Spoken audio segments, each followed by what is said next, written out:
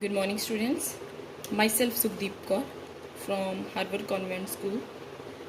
Today we start a new topic, static and kinetic friction. Okay, friction आप already previous class में पढ़ चुके हो. फ्रिक्शन में हमारे पास है रिलेटिव मोशन के अपोज करता है. फ्रिक्शन क्या होती है हमारी? रिलेटिव मोशन के अपोज करता है. इसमें क्या हमारे पास tendency of relative motion oppose, tendency of relative motion oppose. ये सारी चीजें आपको याद रखनी है तो जो आपको इजीली पता चल जाए स्टैटिक एंड काइनेटिक क्या होता है हमारे पास. Next one is tangentially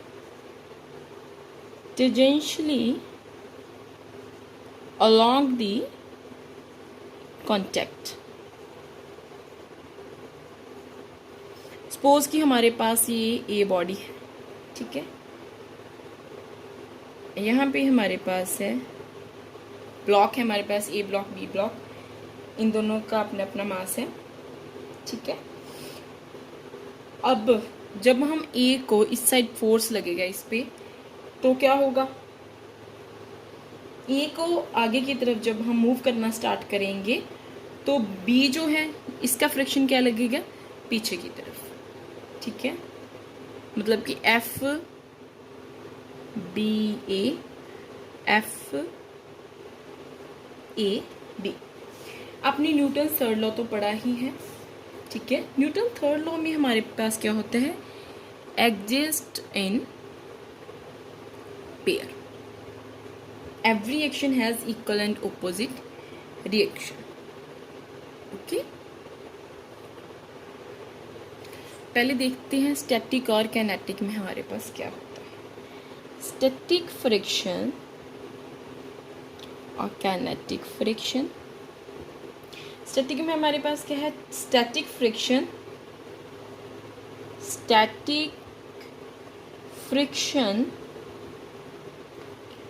when tendency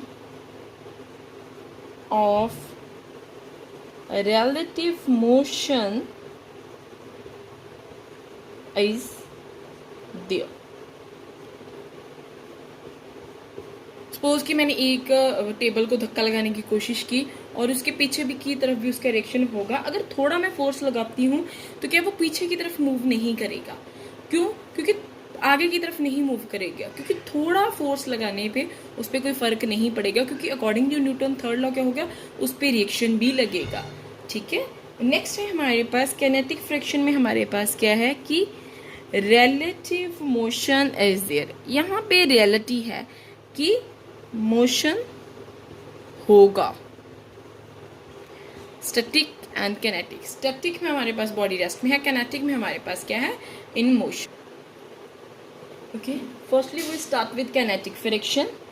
kinetic friction में हमारे पास क्या है, first one is relative motion and second one is,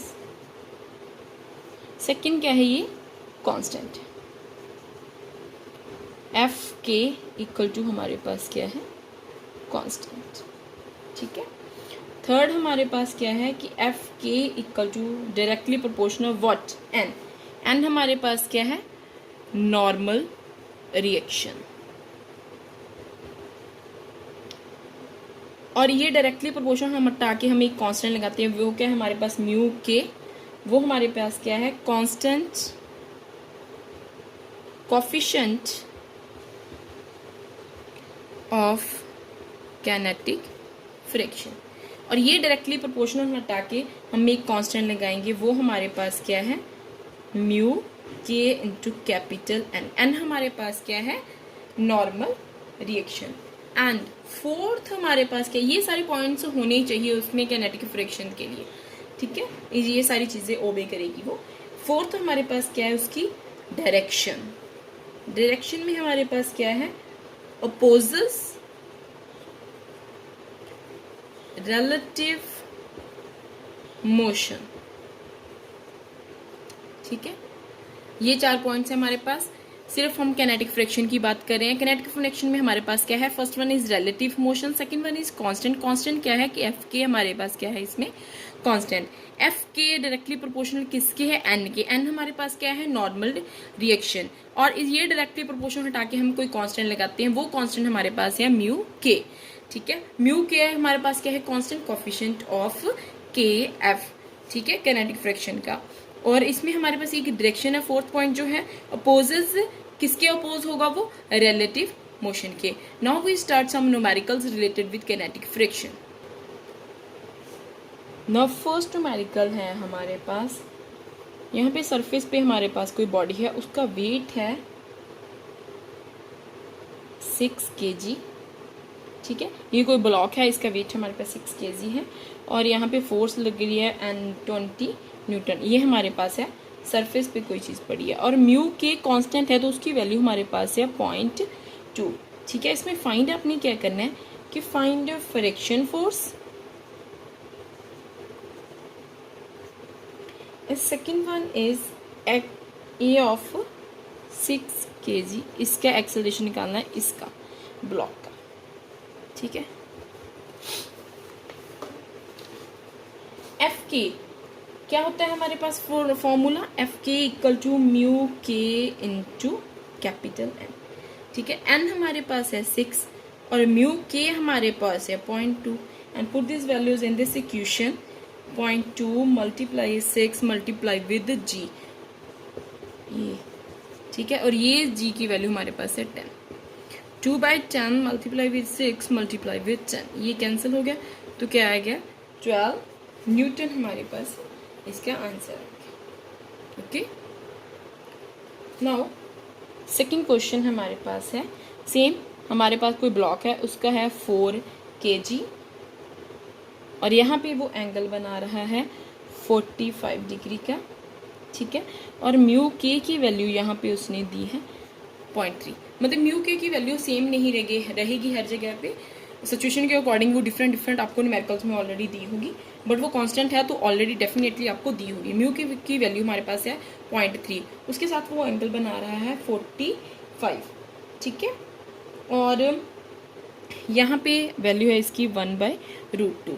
इन दोनों कोफिशिएंट में हमारे पास एंगल बनेगा। इस साइड कौन सा बनेगा, एफ कॉस थीटा, और दूसरी साइड हमारे पास क्या बनेगा, एफ साइन थीटा। ठीक है जी, इसमें फाइंड क्या करना आपने, find capital N, find F K, and third one is find A. चलो स्टार्ट करते हैं। क्या आएगा हमारे पास, इसकी वैल्यू हमारे पास दी हुई है 10√2 दी हुई है। ठीक है, ये मेरे पास है ब्लॉक 4 kg का, इस साइड है एन और इस साइड 10√2, तो इसकी वैल्यू है। और ये cos थीटा कितना होता है, cos 45 क्या होता है 1/√2, तो ये कैंसिल हो गया, क्या आ गया 10। और इस साइड sin 45 भी क्या होता है हमारे पास √2, 1/√2, ये भी कैंसिल हो गया, तो क्या आ गया हमारे पास 10। तो नेक्स्ट हमारे पास है n+10 इक्वल टू हमारे पास है 4g। n+10 इंटू 4 इंटू जी की वैल्यू हमारे पास 10, तो n की वैल्यू क्या आ जाएगी 40 - 10 इक्वल टू हमारे पास आ जाएगा 30। नाउ सेकंड हमें क्या फाइंड आउट करना, फाइंड एफ के। एफ के फाइंड आउट करने के लिए क्या होगा, सेम वही फॉर्मूला म्यू के इंटू एन। म्यू के क्या 0.3 मल्टीप्लाई विद 30, ये निकालो एन की वैल्यू 3/10 इंटू 30, ये कैंसिल हो गया, तो क्या आ गया 9 हमारे पास वैल्यू होगी। And last one is 10 - g equal to 4a। A क्या आएगा 1, 10 - 9, ये वैल्यू 9 है और ये वैल्यू हमारे पास 10 है। 10 - 9 इक्वल टू 4a, क्या आएगा 1/4, इसको डिवाइड करके क्या आएगा 0.25 m/s²। ये आपका एक्सेलरेशन का formula. Okay, thank you and have a nice day.